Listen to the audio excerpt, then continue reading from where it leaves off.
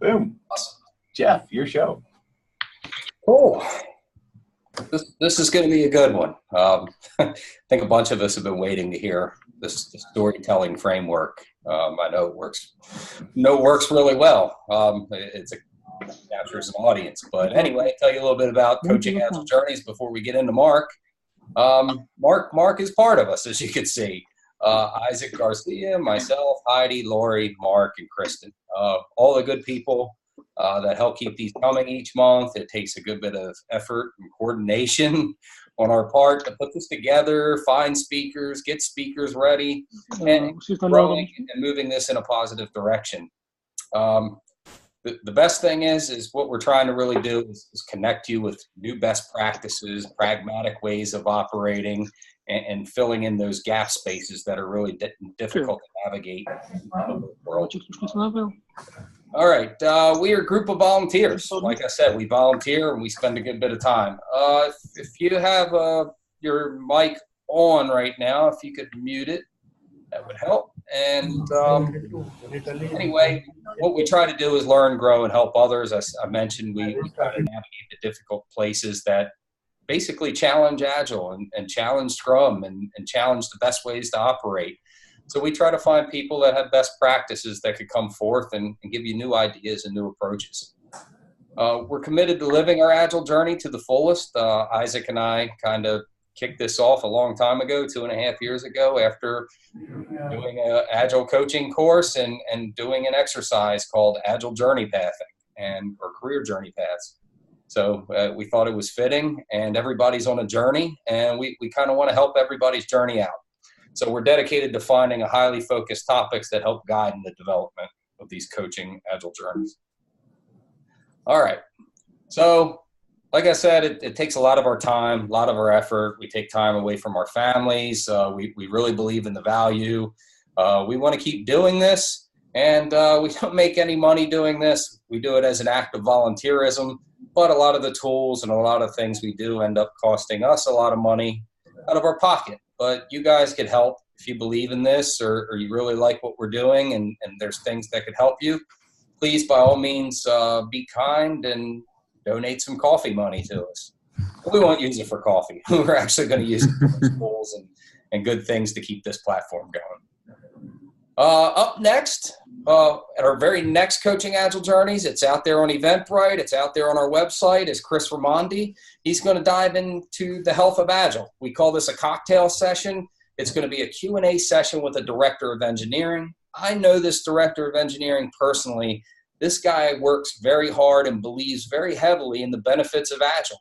As a matter of fact, he really is this layer that helps promote the health of Agile, and it's coming from an engineering side, a high-level director that will help share, some of the best practices that he's had from being a leader in engineering and partnering with the Agilists to make it really healthy. So that should be a fun one. Mark Cruth, the power of storytelling. So I'm about ready to hand this mic over to Mark. Mark is really awesome. And Mark, I'll let you take it over from here, introduce yourself, and kick this thing off. Thanks everybody for joining. I love it. All right, so I'm going to try to share my screen now. Let me know when you guys see it. We got it. You guys got it? Yeah. All right, let me get this bad boy into presentation mode. All right, you see that? All right, so just to start off, this will take about the full hour to kind of go through. It's a session I started actually back in Helsinki, Finland, back just this last March, as I was kind of been going on a storytelling journey, and I started talking about this, and it's been a very neat experience for me, and so this session will be the first time I've done it in like a webinar format. So kind of added some tweaks in there. So you guys will be my experiment group with that. And if you have questions along the way, Isaac went ahead and posted in the chat this link to a Slido. If we have time at the end, I'm going to try to answer any questions I can. But I'm going to kind of hold that till the end. So you guys will be able to soak up that content as we go. So I figure, to introduce myself, you guys know my name is Mark Cruth, but to tell you a little bit about myself, I figure I'll tell you a story. I'll tell you a little bit about me through that. And I figure I always like to start with what kind of brought me to Agile. How did I find myself in this field? And so the story kind of plays out like this. It all kind of started back out in 2009, and I was getting ready to I was graduating college. Me and some friends were all starting to break off in these places. I had one buddy of mine who decided he took a job that started a little sooner than mine, and we were connecting on Facebook, and he ended up sending me a Facebook message and kind of telling me about how things are at. He said, "Hey, I made it down there." He was going to Arizona, and then he introduced me to this concept. He says, "Hey, I'm working on a development team, and they're using this process I heard of called Scrum. Basically we work in the same area together. We're a whole team. We work on getting stuff done. We'll meet every day." He says, "It's really cool. It seems to be beneficial for someone like you, like me." I'm like, "Oh, that's pretty cool. I've never heard of this Scrum thing." And so I thought, all right, maybe I'll see that as I kind of progress in my career. So fast forward a little bit, and basically, I'm starting my new job. I moved out. I was living out in Seattle, Washington, and I started a job with a company where I was doing some rotational work. And my first rotation was a developer, and I was starting on that team. And I remember that first morning, I was picked up by my mentor at the front of the building. He starts walking me into the building, and I'm kind of walking around, and it's kind of cube farm, that standard look and feel. And we're going. I'm like, all right, I wonder where I'm going to sit. And then all of a sudden, we open up into this wide space, and it looks kind of something like this. I'm like, whoa! There's big whiteboards on the wall. There's sticky notes. Everyone's around this big table in the center. And I'm like, oh man. And so as we start approaching, everybody starts actually getting up. And my mentor goes to me and says, "Hey, Mark, it's time for daily stand-up. Let's go over here." And so I got to experience my very first stand-up on day one of my career. And we spent the rest of the day, me and my mentor, him teaching me about what Scrum is, what Agile is. And the next 6 months were an amazing opportunity for me to explore what true delivery looks like, what true team dynamics look like. And I had the opportunity to get on a team that shipped every other week, that truly bonded, that truly had good conflict. And I loved it. And the only sad part was I knew that it was only a 6-month period of time. So now we'll fast forward, and I'm at the end of the 6 months. It's bittersweet. I'm leaving. But I'm excited. I'm like, all right, I'm going into something new. And the job I'm taking on now is I'm going to be a project manager. And I'm basically entering onto this project. And so day one comes around again. And my manager gets me. We start walking through the cube farm again. I'm like, all right, cool. I wonder what my space is going to look like now. I'm really kind of hoping for this really cool kind of open dynamic space. And we're going. And my manager says, "All right, Mark, you sit here." I was like, oh, okay. And so the first question I asked is like, so where does my team sit? He says, "Well, you got a couple people on the other side of the building. A few people are up the stairs, and we got the rest of the group over in the building over across." Everyone's kind of probably about 20, 30% on the project. So you won't need to interact with them too much. And I was like, oh, okay. So through this, I kind of felt this is my first real instance of truly feeling kind of isolated. And so I went through the motions, and I was kind of going through this. I went to learn about the project and found out that I was on this 18-month project, and I was in the middle 6 months of it. We weren't going to deliver anything out of it in my time there. So I went to my manager and I said, "Hey, I had this opportunity as I started out to actually be on the Scrum team. We were trying to do things iteratively, kind of learn as we go. We involved our partners. We really worked as a team." I said, "Do you think we could try this here?" And he looks at me and goes, "Mark, we don't do that Agile thing here." And as I look back at that 6 months was probably the most valuable time in my entire career. And the reason being is that it helped me establish what I kind of look at as a personal mission statement. That sucked. That really did. I didn't have a good time with that because I needed that collaboration. I wanted to deliver value. And so I made it my mission from then on to say, I'm going to do everything in my power to break down barriers to collaboration, really build environments that value agility, autonomy, feedback, and delivery. So I tell you, and so basically I built my career around that. I started playing Scrum Master role, product owner role. I've been a coach for a number of years. And that's me. My name is Mark Cruth again. You know, I hail from Detroit, Michigan. I consider myself a father, a husband, an agilist, an amateur storyteller. I have some great associations. I am a founder and coach with a company called Teal Mavericks. We do a lot of collective coaching, agile organization coaching, as well as training. I also have the privilege to work as an agile coach for Quicken Loans, the number one mortgage provider in the country. And we're doing some really cool stuff there, as well as a practitioner with a self-management organization called Eightfold. So that's a little bit about me. Excited to be here and talk with you guys about this storytelling thing. So we're going to try something, and you guys are going to need to bear with me a little bit on this one. So I like to start out with an icebreaker with these things. I like us to start talking and actually starting to tell some stories. And this first one I do is called details. So as we know, details are everything in storytelling. When you think about stories, even the most basic kind of things can make it very riveting. And so what we're going to do is, for the folks on the group, I actually am going to break this into breakout rooms. And I want us to go in and basically what I'm going to do is I'm going to break you into probably 4 breakout rooms. I want you 4 or 5. When I do that, you'll get an invitation to accept the breakout room. I need you to accept that. Once you're in that room, I need you to essentially self-organize and determine whose name comes earliest in the alphabet. So like Alex compared to Mark.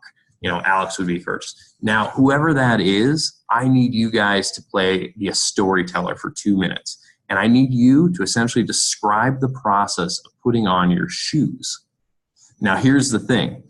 For the storytellers, I want you to use the full 2 minutes I give you. And listeners, if you feel comfortable, I'd love you to close your eyes and listen to that storyteller. Does that sound good to everybody? All right, so I'm going to break us out into rooms now.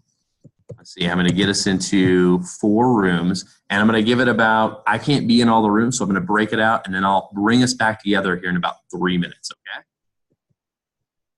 So I'm going to open all the rooms.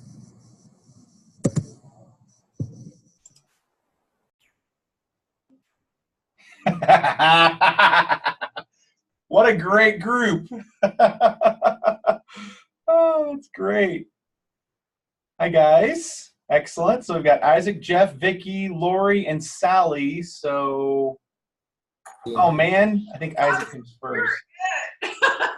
I was getting ready to listen to a really good 2-minute story is what I was getting ready to do, but. Oh, I was praying it wasn't me because I put on slippers. Yeah, I figured I was safe since I start with a V. Oh, you Yeah. are pretty safe. I thought S would be safe. You beat me, Vicky. All right, he's got 2 minutes. So I'm going to put 2 minutes on a little clock here. Man, in Toastmasters, we do this, but we do it at a minute. So 2 minutes should be fun. So, all right, I'll tell the story. Y'all close your eyes if you want to, or just listen ahead as I tell the story of putting on my shoes in the morning. So my lovely desktop alarm clock slowly starts to warm the room with an ambient light because it just lights up the room before it makes any noises. I recognize this and I wake up and I feel this sense of, okay, the day is beginning. And as it gets louder, birds start to chirp because that's the noise that my alarm clock makes. And so I wake up and I stretch and I'm very excited because I love mornings. Mornings are a great time. So I turn and I slide my feet out of the bed and I get ready to go on a walk down towards my office. I actually am co-located with my office. It's just down the hall from me. But of course, I realize that it's winter. And it being the winter, the ground is cold when I put my feet there as I've taken my legs out from underneath the warm blankets. And immediately, I'm tempted to go right back to bed. My thought is just put them back under the covers and go back to sleep. But I think to myself, no, I have a great day ahead of me that I can't wait to get started. So I go to put on my shoes, and of course I need my socks, so I grab those out of the drawer, actually next to my bed. And as I put my socks on, I pull out my favorite pair of running shoes. These are my daily shoes because I don't have a meeting today, nothing important. I want to be comfortable, and I like standing at my standing desk, so I want to be nice and comfortable. So I put those on, and for a second, my mind contemplates going for a walk or a run before I get down to my office. But I realize I only have about 15 seconds left in my story, and so I realize that this is just going to be a normal office day. I'm not going to go walking. So I put my shoes on. They're already tied. I slip them on my feet, and I walk out the door, promising myself I'll come back and get the rest of my morning stuff done once I've gone down and kind of started my morning down in my office. So that's how I put my shoes on. There we go. Right there. Yay. I have no idea what the point of that was, but hopefully we covered some of that. So anyway, we're heading back to the main session. So I guess we Thank you. go back in Awesome. there now. Good Yeah. job. Thank you guys for listening. Night. Now, if I were to go outside, I stop, I pause, I put on another type of flip-flops because you have to have flip-flops and they have to have the indoor and outdoor. So then I take off my first set of flip-flops, put on my second set of flip-flops to go outside. And then I switch them back when I come back in. Now, I'm not only a flip-flop girl. I will put on my tennis shoes for walking with my neighbor at 6 o'clock in the morning because it takes me 15 minutes to get out the door. And I don't know if that was 2 minutes or not, but I feel like it's at least a minute and a half. You got it. You got it. You feel actually that was perfect timing. All right. I think we've got everyone back now. Is everyone back? It looks like it. All right, guys. So we're all back in this room now. So, and feel free for those on the phone. Some of you were storytellers and some of you were listeners. The big thing to think about here is as a storyteller, for those out there, was it hard to fill those 2 minutes? Yes, a little bit. I had to go into a lot of detail.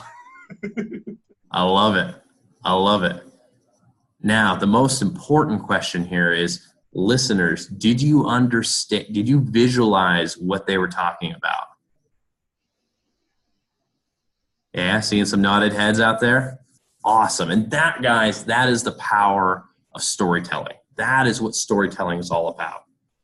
And so why are we here today? Our here today is we want to learn how to put that tool, that ability to tell a story and get people to visualize what we're talking about. We want to put it in our storytelling toolbox. That's kind of why we're here. We say, hey, we're agile coaches, we're agile change agents. We want to be able to tell stories. So I started going down this journey myself, trying to figure out how do I become a better storyteller? What do I do?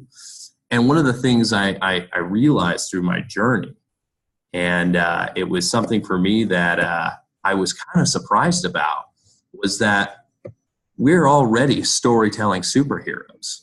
We do it all the time. Think about a conference or a meeting you've been at. Everyone talks in story already. We use narrative to kind of drive our conversations. The thing is, though, we just want to find a way to sharpen that skill. We know we are storytellers. How can we make it so that when we tell a story, it's impactful? It actually has the impact. It actually invokes the change or has the impact that we want it to have. We're going to do this through a couple ways. So it's funny. We were at the beginning before this started. We were talking about the story brand concept and the idea of a kind of a Yoda or a Sherpa along the way. Well, and this turn in your journey today, as you're learning about storytelling, consider me kind of like your Yoda. I'm here to just help you as you learn how to refine your storytelling skills. And we're going to do it through two particular ways. First, we're going to learn about stories and where they come from, why they're impactful on us. Then we're also going to do some doing. We've already did that already. You had the opportunity to actually essentially tell a story for those out there and then listen to a story and understand the impacts it can have. So let's jump into this. And so for me, the biggest thing I think about when story is I always like to define it first. And so the best definition I found for a story actually comes from Stephen Denning and his book, The Leader's Guide to Storytelling, which I highly recommend. And he basically says it's an account of events that are causally connected in some way. Basically, this happens, and it's the connection, it's why this causes this that makes it a story. It's not independent events, it's that chain of connection. And I just absolutely love that. Now, as you think about stories, stories are kind of twofold. First, there's the story itself. Stories are a pretty magical tool in that they help us look at complex things. They take complex facts and information and actually help us be able to digest those, be able to turn them into something that we understand and we can actually do something with. On the other side of this, there's the ability to tell a story. And one of the cool aspects of storytelling is that it has the ability to actually suspend our disbelief. Basically, it allows us to take our perspective and move it aside with a compelling story and say, hey, you know what? I'm willing to listen to this. I'm willing to understand. And that's really where storytelling comes in. You have both the story as well as the ability to tell that story. Now, one of the interesting things that I found is even started talking about storytelling in many of the different groups at my companies as well as in the industry is I get this kind of negative connotation of it. They're like, well, stories are fluffy. You know, we can't make powerful analytical decisions with fluffy stuff. Well, you know what? What I tell them is you're wrong. The thing is facts and figures might excite our brain, but the thing is where do we make decisions? We make decisions with our heart. And that uses story to help guide where that goes. Stories in general for us I kind of look at as are kind of the same thing as water is to fish. It's all around us. We don't even know it's there. So, it's something that we need to survive. And so it has that ability to kind of help drive our lives and how we go. So one of the things I started doing is finding out, well, if it's so impactful for us, where does it come from? Like, what's the history of stories? So I started researching where do stories come from? And so I found some very early depictions of storytelling. And the first one I came across were in France about 17,000 years ago. They found a series of caves that contained about 6,000 unique drawings depicting what was believed to be hunting success stories and mystical rituals, essentially stories through picture. And I mean, that's pretty amazing, 17,000 years ago.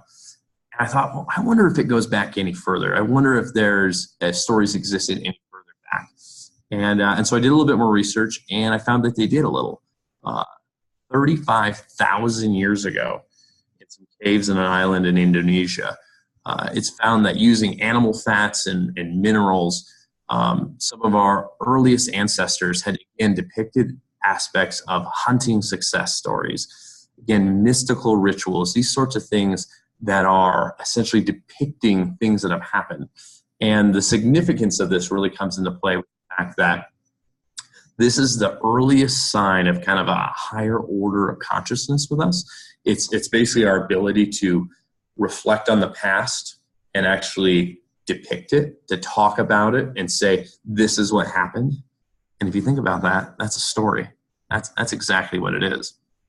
Now, this is what kind of interested me. It's like, these are great. These are drawings. Like, that's awesome.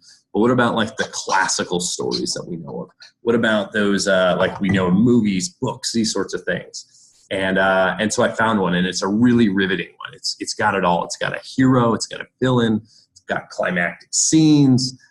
Interesting enough, it's also 4,000 years old, and it's written across 12 clay tablets. It's called the Epic of Gilgamesh. And if you go on Amazon today, you'll actually find it's got a 4.2 star review rating. So pick up yourself a copy. It's a good read. So this is cool. We've got an idea of, like, we've been telling stories for a long time. Why? Why do we tell stories? And after I kind of went looking through this, like, what drove us to start telling stories? A lot of the science speaks to a turning point in the history of humankind, and it kind of is depicted like this. Back a long time ago, there was two sets of humans. Basically, we had they did pretty much everything the same. They foraged the same, they hunted the same, they had the same kind of shelters. Everything's the same except for one thing, and that's how they reacted to a threat. So the first group that we had, they would go and they say, "Hey, there is a creature behind this tree. Don't go back there. It is dangerous. You might get eaten." Like, all right, that makes sense. The second group took a little bit of a different stance. They went something like, oh my gosh, there's a creature behind that tree over there. It might eat you. You have to get away now. So they're kind of similar, right? They're about the same content. Who do you think went behind that tree? That first group. And what happened to that second group? I like to think of them as they became what turned us into modern humans. They're our ancient ancestors. And the reason for what of all this coming together is not necessarily the information, but it was the ability to take information and combine it with emotion. And that's what's actually a number of studies have found. Out of Stanford, actually, a professor by the name of Jennifer Ackert actually did a study where she applied both sharing information and then sharing information with emotion laced in. And through that, she actually found that people were 22 times more likely to remember information when emotion was involved. That's pretty incredible. 22 times more likely, not percent. So no wonder that first group went behind that tree and the second group didn't. No wonder that story has become the way we communicate. Now, this is great connotations and ideas. One thing I started stumbling across was what kind of real science beyond some general studies. And I came across some information about how stories have an impact on our brains. And this image here shows an fMRI study. And what it shows you is it shows you a storyteller and a story listener. And what you'll see here is that, and what they found was that when a storyteller was actually going through and telling a story, the brain waves that were going on through their brain, through whether it be the hippocampus or other areas, matched exactly that of what was happening in the listener's brain. And that's kind of strange. You're like, well, why would they match?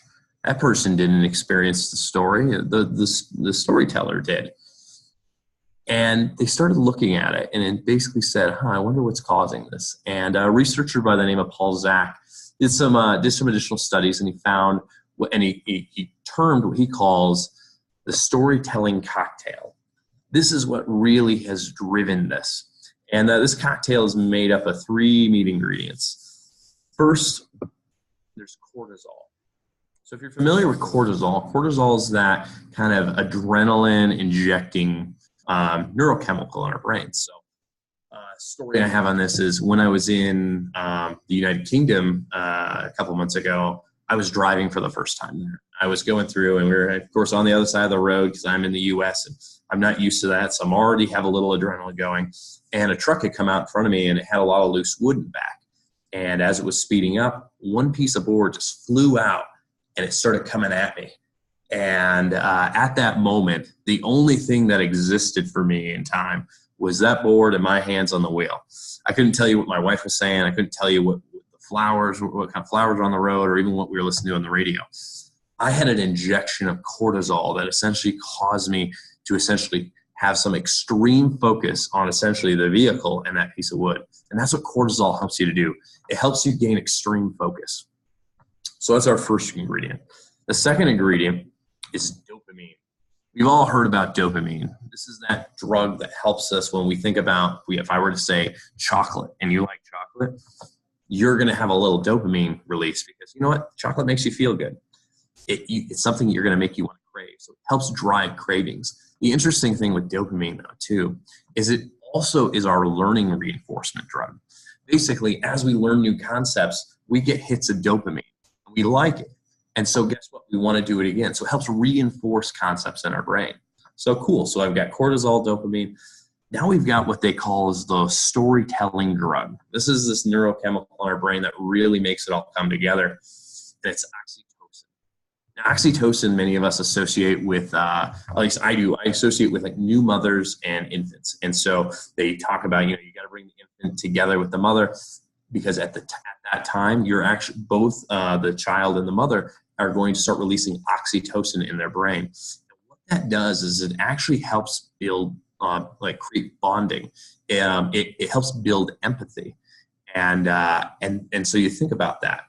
If you're feeling it, you can actually bond with it. So let's deconstruct this again. So Why do those fMRI studies match? Well, it has to do with this. I told you a story. And as I was telling you that story, your cortisol's going off. So you're paying extreme focus to what I'm saying because it's a good story. Your dopamine's kicking in. It's saying, hey, this is good. Keep doing it. Keep doing it. And then your oxytocin is coming in with the big wham. It's basically saying, hey, put yourself in those shoes. Feel the empathy for that. It's no wonder our brains think we're going through the same story because the chemicals in our brains are essentially causing us to think that. So that's the power right there of what stories can drive. It can really focus on helping us put ourselves in some shoes and feel like we're experiencing the story ourselves. So I thought about this. I'm like, all right, stories are great. This is awesome. How does this fit into like my role as an agile coach, as a change agent? What do I do? And I started asking myself some questions like, do I, what do I do? I help teams to essentially get through hard times. I help them to adopt new practices. I help organizations to go through change. And I thought, well, how do I do that? And it really came down to, well, I walk them through something. I take them through something. And I realize, wow, my job as agile coach is not not to teach agile. Really, as an agile coach, I'm storytelling. Like that's my job. So I realized that storytelling is not something that's just in my toolbox. It is my toolbox. So as agile coaches, as change agents, scrum masters, what have you, we are storytellers. That's what we are. And it's those things like our experiences, the ceremonies that feed into that toolbox. That's what we use to actually lace around our stories to make the impact. So I thought that's pretty cool. And so I want to go ahead and I want to try another one of these breakout rooms again. And we're going to do it for a couple minutes. And I want us to start with some stories. So basically, I want all of us to take a minute and just think of how we can answer maybe two of these questions. So I can't believe I once did this, or during 2018, I had the chance to do this, or maybe blank changed my perspective on Agile, or as I was working with a team, and this happened. Basically, what I want you to do is take a couple minutes, and I say 6 minutes here, but based on timing, I'm going to kind of cut it down, but I want you guys to take just a minute or two and think about what kind of, like how you could answer one of these stories. And as I break you into rooms, and then once you're in your rooms, I want to give you about 2 or 3 minutes, and I want you to talk about your stories. Just share amongst each other, and, to say, hey, here, a story I have that kind of plays around this high level, because these are going to be your seed stories as you go forward. So let me go ahead and break you into rooms. And and again, we'll take about 4 minutes here as you go into rooms. And I want you to have that conversation, and I'll bring you back when we're ready. All right? Go for it, guys.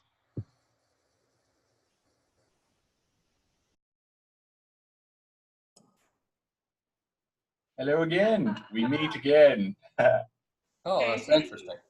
Oh, All right. Well, someone else go, because I've already gone once. All right, I'll go. So I picked I Can't Believe I Once. I was once a very, traditional PMBOK project manager who was like very serious command and control, A-type personality, would put my 2,000 line Gantt chart up on the board and show when somebody didn't meet their milestone, what it did to the rest of the people. And I would publicly humiliate them in front of everybody. I did it. I'm not going to lie. I look back on that now. That was a really long time ago. And, I want to go apologize to the people that I actually did that to. Awesome. Needless to say, it didn't work. It certainly didn't improve the situation. It just made everybody mad. Very cool. All right. Anybody else want to share a story?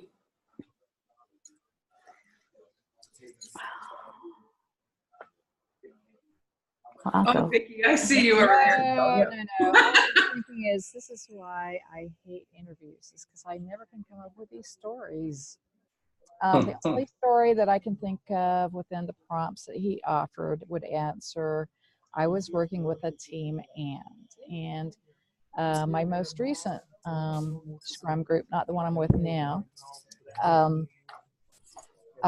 there was one time when I just was really thrilled because as we were in our retro, essentially team members were helping a different team member explain his way through a block. And it was just really cool to not be involved in it at all and just watching them guide him and teach him. So I loved that. Very cool. Thank you for sharing. Great story. Sure. Yeah. Next. Yeah.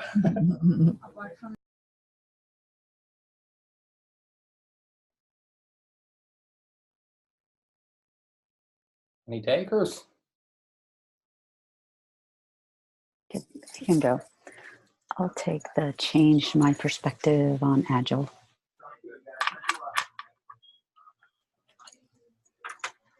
Can you hear me okay? Yes, we can hear you, Sal. Yeah. Oh, sorry. I wasn't sure. You're great. It switched to me, so I'm used to Zoom going to the speaker, so no worries. So I think I just recently started a new position, and I think one thing that I've learned is just having experience in different verticals, as well as with different team makeup and different dynamics, just gives you a better perspective of things, and being able to tell stories and just take those different experiences and recognize there's not one prescription fits all. And just, I'm only on like year number 4 with Agile and Scrum. So I think it just, the nice thing that I find is that you learn so much more about other people as well as other experiences that can then help, your next group of folks that you're able to work with. So I think it just helps you learn as well as your team. And I know your story that you had given, Vicki, I think you stand back as like the proud parents when you see, when you're ready to push them out of the nest and it's like, fly by yourselves, the little birdies. But it's just nice. I think that's one of the best things of Agile and Scrum, and just continuing to learn. That's awesome. Thank you for sharing. Here we go. Back in the other room. All right. So I think we're all getting back into the room here. Fantastic. All right, guys. So I hope you all had a chance to share some of your stories. These will represent your seed stories. These are things you can leverage as I kind of explained to you this framework I kind of started playing with during the second half of today. So we're in a pretty good spot, right? We figured out how to tell stories. We figured out that stories are impactful. We know where they come from. We know why they're impactful. Hell, we even got a couple seed stories now. I mean, we're in a good spot.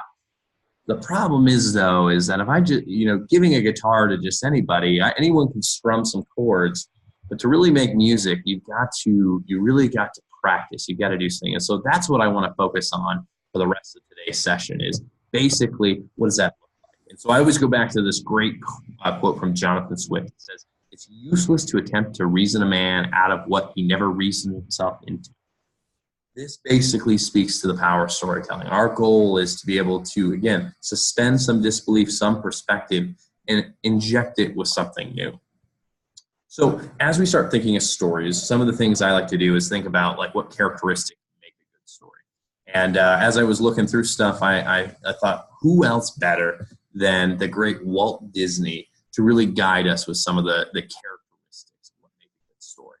And so for Walt Disney, before he passed away, he talked about that when he created his characters and he created his stories, there were 3 main elements that he included with this that were his compass. He says he needed to focus on creating a character that's unique. And I always love to think about Mickey Mouse because think about this. Back when Mickey Mouse was created, and hell, even today, we have mice. And most of us do everything in our power to get rid of mice out of our house. But when we think about Mickey, our kids are sleeping with stuffed versions of him. He is a unique and beloved character out there. When you have, he also says you want to allow the audience to become a part of something more. This really represents this idea of letting people get involved with Mickey's life. Like as he's starting to explore problems, those sorts of things. Like what ventures is he going on? And then ultimately play with the unknown. this is where you start introducing like different characters, like when Pluto and Daisy and Donald all got introduced. How did that change the way Mickey interacted? And so these were good characteristics of a story that Walt Disney used. Now, I also have some characteristics that I like to play with that I've kind of gathered over time. And what I'd encourage you guys to do too is look for what characteristics you find impactful within a story. So for me, things like include an underdog or a hero we root for. It includes a villain that we root against. It includes conflict that stimulates some sort of growth. We can create a vision of a brighter tomorrow. And ultimately, it's a story that can be relatable to us. And that is that we can really see ourselves in our characters. So again, I encourage you to come up with your own characteristics as you're going out there and listening to stories. So this leads me to what I call the storytelling framework. So one of the things out there I found is that stories are great, but there's nothing really out there to help me think about how I construct a powerful story. And so basically I took some great ingredients from different places and I created something of my own and something I've been experimenting with and kind of adapting over time. And so I'm going to kind of break this down for you throughout the rest of today's session. And so let's walk through this real quick. So the first, we're going to go around the rim, and this is what I like to call the structure. Now, when we think about story structure, it's kind of evolved over time. So back a couple thousand years ago, there was a great philosopher. You may have heard him. His name was Aristotle. And he had this great revelation. He was like, oh my gosh, guys, stories have a beginning, a middle, and an end. And the masses were astounded. They're like, holy crap, he's right. And that really laid the base for many stories over time. Over the years, people started playing with different ways of doing it, but it wasn't until the late 19th century when a German playwriter and actor by the name of Gustav Freytag came up with what we call the dramatic form. And this is what actually drives a lot of the stories we know today. Things such as movies, books, these sorts of things, you'll see this. You'll have things that it basically runs like this. You have exposition, which is really your backstory. How do you need to what you need to set? You have your rising action, your climax. Then you kind of have some falling action, and then you have what we then we have what we call denouement, which is basically the closing of that. It's how do we tie those loose ends, and so that really constituted the structure. Now, for me, I kind of looked at that and said that's a great structure, but for me, I'm trying to construct a story that's going to involve some sort of change or some sort of movement in somebody. And so for me, I kind of took those elements. And I said, well, I have 5 elements, and I want to accomplish these things through these. And first, I want to have a character. And this is really a good structure. A story will include a character. Who is it about? So that's part of our structure. We also have what we call the challenge. And this is where the character must be faced with doing something beyond the status quo. As they go through this, they're going to go through what we call a journey. So the character is going to endure one or more situations in which they'll face that challenge. Through that journey, they're going to have a learning. And basically, while facing the challenge, the character will change in some way. The status quo changes. And then ultimately in your story, you want to lay out what I call resolution. Basically, the character's baseline is reset. Life is different. I think this is probably the most important aspect in your story, especially when we talk to agile teams and those groups out there. We want to make sure that we don't just tell a story and then leave them there. We want to say, this is what life is like now that this has happened from the story. Because it helps us see, it goes back to that relatability, helps us see ourselves in that story. So that's our structure, that when we want to think about a story. Next, we got the top of this layer. It's called the universal truth. The universal truth is basically the message you're trying to convey through your story. It's the underlying message. I like the analogy I ache into this is this idea of the universal truth is the medicine, and the story is the sweet liquid we mix it with so that we're willing to take it. And this is where you can have hard conversations, but in a way that connects to people. One of the best types of universal truths I think about is the 1984 commercial from Apple that kind of played on the 1984 George Orwell kind of theme. And it basically was someone running through, and they threw a mallet through this thing, basically think Apple and that kind of stuff. And this is praised as being probably one of the greatest commercials ever made. And people always wonder, like, why is this such a great commercial? Well, it was different for the time. And I was like, well, yeah, that's important. But really, what made this impactful? And it actually had to do with its universal truth.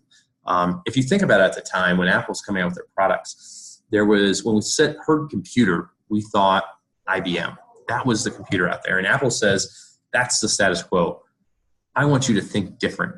I want you to think that you have options and you have choices. And so really the universal truth from this thing was think different. Think beyond IBM. And they were successful with that, evidently, as we can see out in the market today. So now let's go down a layer. So we've talked about our universal truth.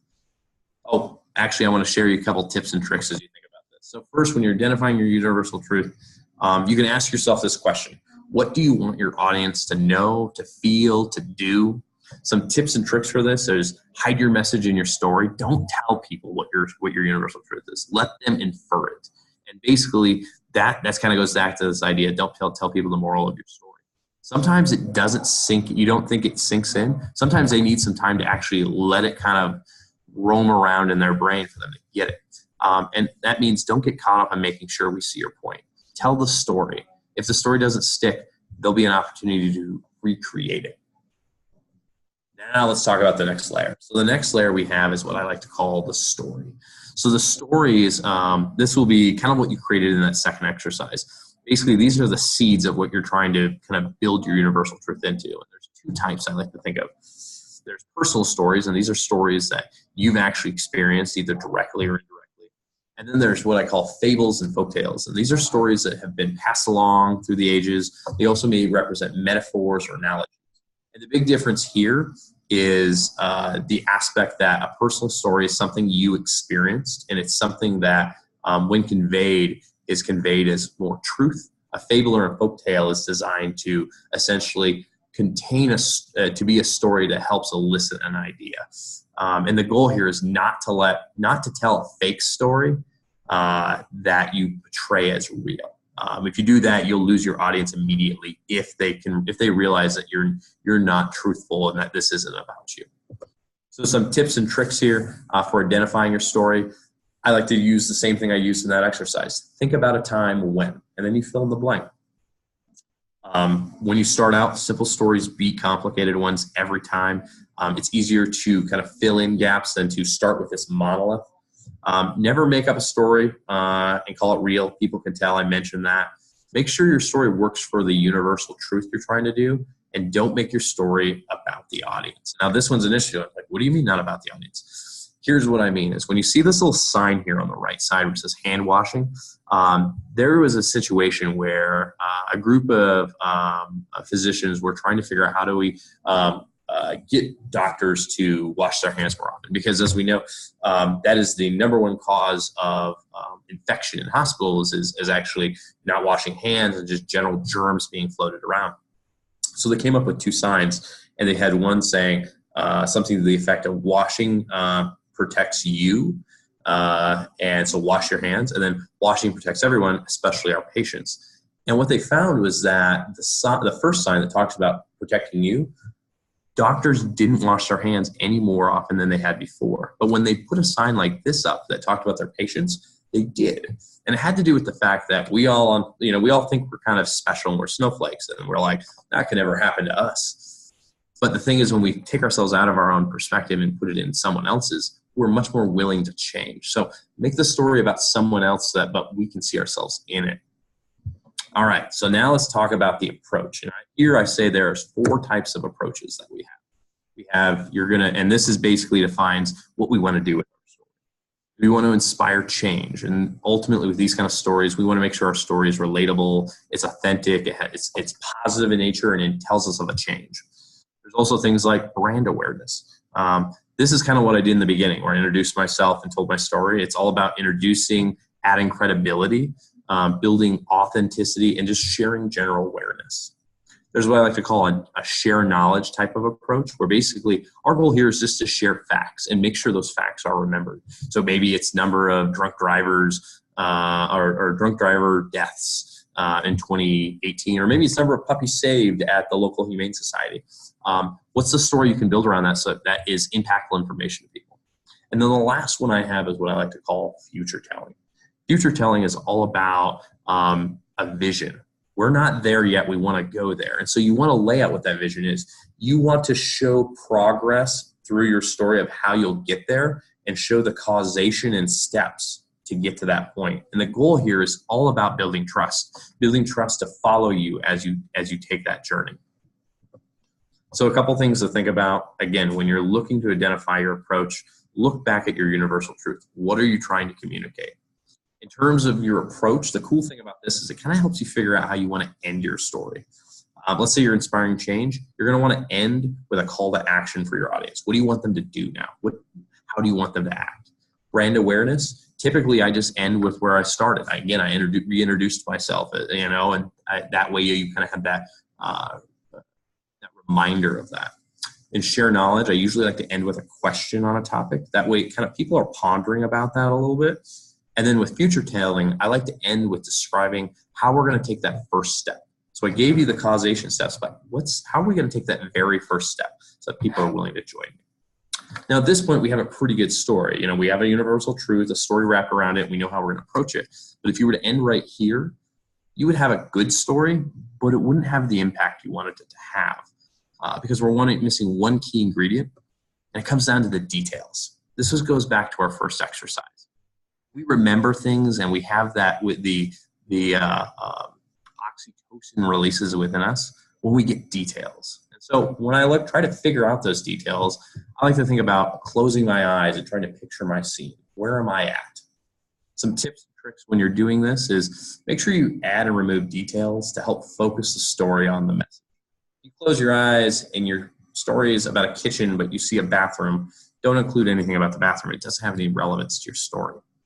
Use your senses to describe. So, I'm putting my feet in the warm sand. That kind of says, all right, cool. I can feel that. I know what the heat feels like. And then finally, use emotionally infused words. So my favorite word in this is amazing. That's just a word that it says good, but it invests so much kind of emotion in that. So think about details as you're going.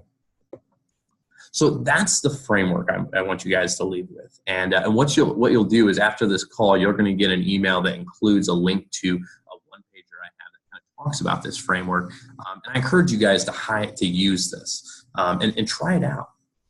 Now, I mentioned at the very beginning, and I know we're closing up here in our last kind of 8 minutes, but this is a two-sided coin.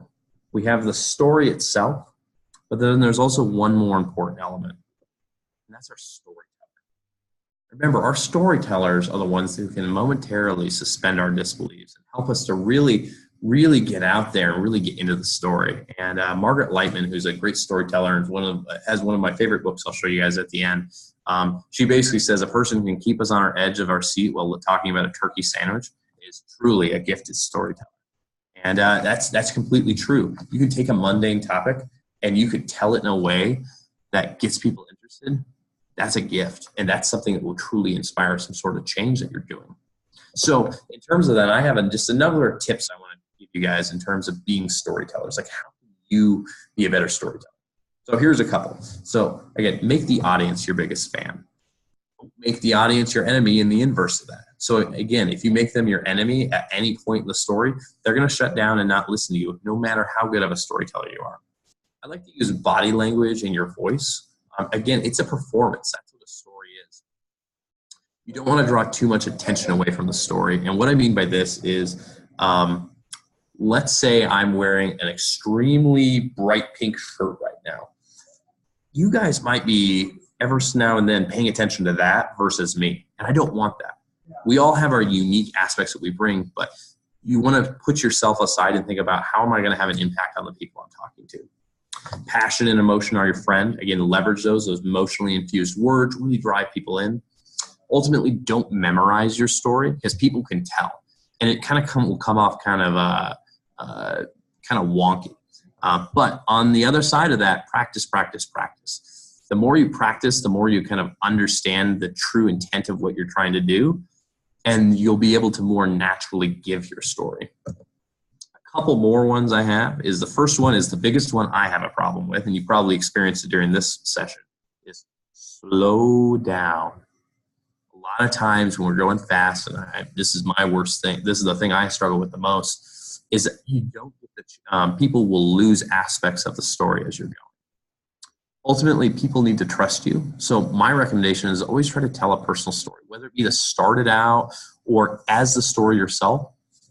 Bring in a personal aspect because it makes it more relatable. But don't make yourself out to be the superhero. If all of a sudden I were to tell you that at the age of 17, I graduated with 3 degrees from Harvard. I've been a professor at Harvard for the last 10 years, and I have a $10 million estate. You guys probably start being like, all right, probably start checking out because you can't relate to who I am. Or if I tell you a story that is just not even near your context. So don't make yourself out to be this all-inspiring person. Show your vulnerability. Be okay with the fact that sometimes stories stick and sometimes they don't. Sometimes you actually have to be okay with changing a story. Comedians do the same things with jokes. Sometimes a joke doesn't land. They've got to be okay with walking away from it. Now, the last two I'm going to talk just a little bit more detail on because I think they're the most important. So first, using stories for good, not evil. So I mentioned this. Stories do suspend our disbelief. And we've seen it time and time again. If you look back in history and look at any sort of terrible event, it could be the Holocaust, or it could be what's going on in different parts of the country today or the world today, I can tell you that there's going to be probably a really good storyteller. Most of the time, a good storyteller can take maybe what we have down as our conscious and say, hey, you got to move it aside. And that's what a lot of things like propaganda and those sorts of things are based off of. So our brains are hungry for that pattern matching aspect. So when we feed it, they'll take it. So just be careful. Be careful as you get better with this. You just have to be conscious and again, use it for good, not evil. Make sure you're making the right impact. And then finally, be vulnerable. And I think as us in the Agile community and the change community, one of the big things for us, and it speaks to one of my latter points about the hero mentality, is that we connect more with failure than we do with success. If you can share how you went through an Agile transformation and it failed, that is 10 times more impactful than if you tell us a story about how you went through an Agile transformation and it was successful. So be vulnerable, share your mistakes, because that helps people to become more relatable to you and learn. So I'm wrapping this up now. And I kind of have some calls to action for you. And it kind of reminded me of a story that I had heard where there was a speaker who basically had a great talk. He was doing something for a charity, and he left him with a call to action. And he basically says, hey, I'm going to give you all $10 out of today. I'm challenging you all to maybe turn that into $100. And based on his speech, people were inspired. They went and did it. They did big sales. They did all sorts of things. But they turned that $10 into $100. I'm not going to give you guys $10. Let's just be straight about that. But I am going to leave you guys with 2 actions. So first, you guys created some very initial seed stories. I want you guys to take the framework and I want you to craft a story around it, finish a story. And then as you do that, I want you to share the framework, because this only gets better and we only tell more stories as we go out there and tell stories. So I end always with this quote because from my favorite author of all times, Brandon Sanderson. And it basically says, the purpose of story is not to tell you how to think, but to give you questions to think upon. Basically, in a story, we want to give people insights, but we want to trigger them to think about what they do. We want them to think about, how can I take this new form of knowledge and turn it into something awesome? So guys, that's all I have. I know we're pretty much at time. I don't think we'll be able to get to any questions. In the deck, there'll be, just to share with you guys, I've got some of the great literature that's out there. If you're interested in going down the storytelling route, here's some great books, as well as a number of links to some awesome articles out there that I highly recommend you guys check out if you want to go deeper down this path. So that said, that's all I got. So I thank you guys for your time today. Thank you, Mark. That was a wonderful, wonderful presentation. And thank you, everyone, for joining. I know some of you, it's very late, and thanks for staying up. Bye. Cool. Thank you, guys. We'll see you next week for our next Coaching Agile Journeys. That's correct. Next week we have Chris Ramondi. And thanks, Mark. And a lot of really exciting things coming up in the year ahead where we dig into a little deeper into coaching journeys of people. So join us soon. Bye, Awesome. everybody. Take care. Bye, everybody. guys. Have a good one. Bye-bye.